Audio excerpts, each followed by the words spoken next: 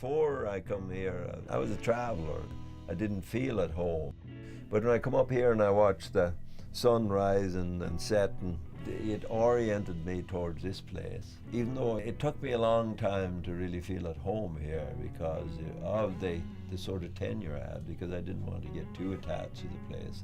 I didn't know how it was going to go. I never did. I still don't.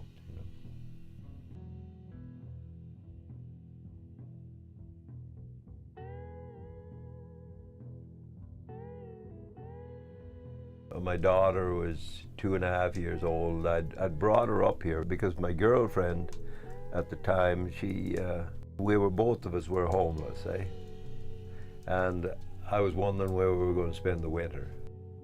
And there was an old man in Johnson's Landing. He wanted me to get him some poles for his chicken house to build, and he knew there was nice straight cedar poles up here. So I take Amber up here, and in the process, Amber forgets her red shoes, eh? So I had to bring her back up here. So I brought my girlfriend up here, and I was just wanting to see how she felt about the place, and she was just totally amazed by the place. So, you know, both of us like it here.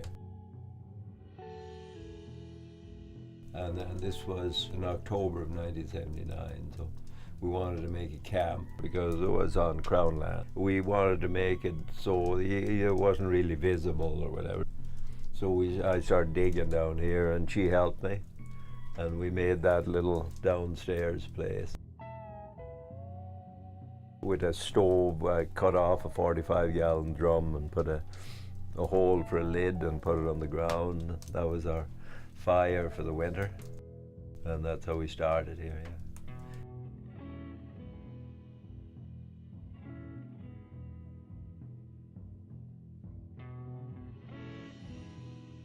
Well, my farm is spread out in the community of Argenta. I have 4 plots of land. One field is about 2 acres. The other 3 fields have about approximately an acre each.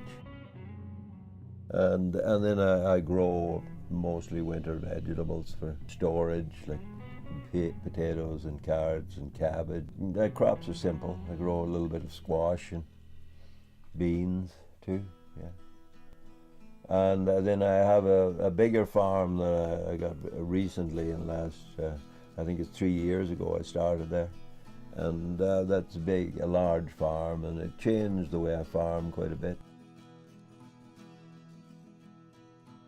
I'm not fond of machinery and tractors and so on because it cuts out your communication with people.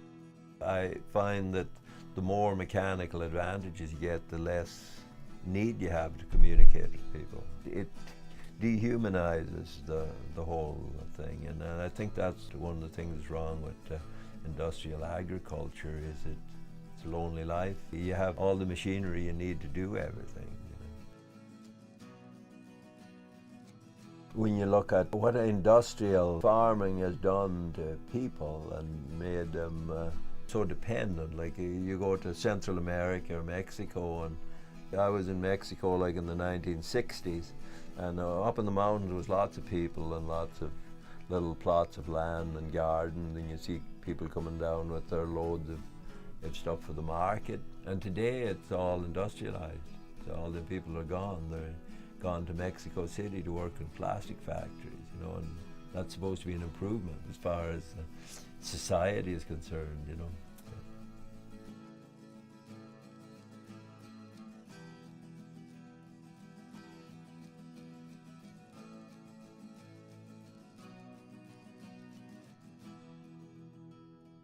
I worked in mines and logging and all that, and it's brutal hard work. It drains you, you know, and I can go and work in the field, and it actually makes me feel stronger.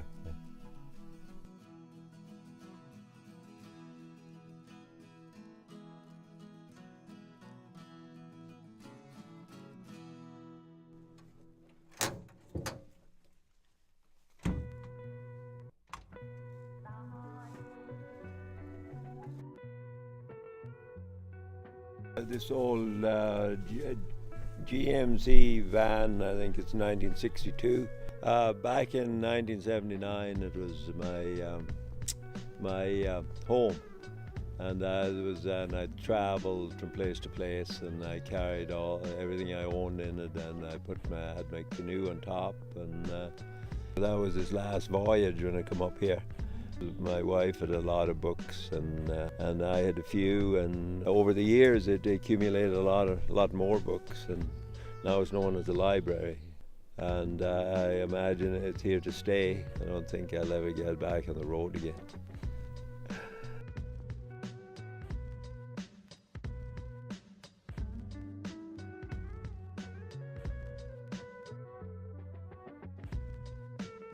You know, the first time that I can remember being really interested in engines and motors was a neighbour of ours, when I was probably about 5 or 6 years old, got a tractor. We heard this engine machine going way up the way, so my brother and I headed up there to see what was going on, and then there was this big blue tractor going up and down the field, and then it stopped, and they couldn't get it going again. Got somebody to come there with wrenches, and I still know how to bleed the air out of a diesel engine because I've seen it then. It was new, something new, yeah, something mysterious.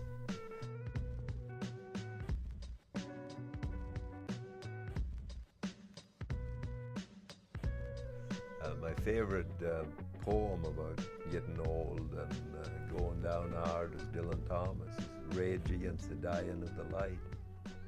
That you don't want to get old, you don't want to die, you know, you're going to